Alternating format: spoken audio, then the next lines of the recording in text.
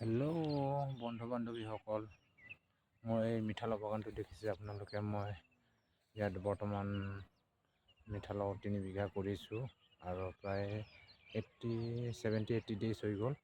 বৰ্তমান বহুত কষ্ট কৰিছোঁ, এতিয়া ঔষধ মাৰি আছোঁ। এতিয়া মোৰ কষ্টৰ ফল পাবলৈ হ'ল আৰু বেছি দিন নাই। এইকেইদিনতে আৰু বেছিদিন নাই আৰু 20 ডেইজ, 1 মান্থ বা আৰু 20 ডেইজ নিচিনাৰ ভিতৰতে মই কষ্টৰ ফলখিনি পাম বুলি আশা কৰিছোঁ। যাতে আৰু মোৰ এই চব্জি খেতিটো চাই আপোনালোকে যাতে নেক্সট টাইম আপোনালোকেও কৰিবলৈ চেষ্টা কৰে আৰু মোৰ এই খেতিটো চাই আপোনালোকে কেনেকুৱা লাগিছে। মই ছাকচেছ হ'ব মই নিজে ভাবোঁ মই ছাকচেছ হ'ব পাৰিছোঁ বুলি এই মিঠালৰ খেতিটো কৰি। গতিকে মই এই খেতিটো আপোনালোকক এই ইউটিউবৰ থ্ৰুদি